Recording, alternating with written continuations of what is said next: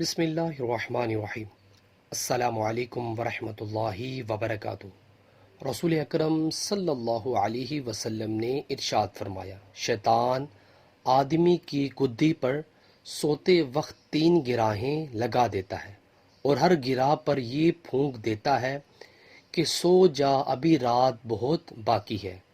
پھر اگر کوئی بیدار ہو کر اللہ کو یاد کرتا ہے تو ایک گراہ کھل جاتی ہے، پھر جب وضو کرتا ہے تو دوسری گراہ کھل جاتی ہے، پھر اگر نماز تہجد یا فجر پڑھتا ہے تو تیسری گراہ بھی کھل جاتی ہے، اور یہ آدمی صبح کے وقت چاق و چوبند اور خوش مزاج رہتا ہے، اور دن بھر یہی حالت رہتی ہے، ورنہ آدمی رنجیدہ و پریشان اور سستی و کاہلی کے ساتھ صبح کرتا ہے۔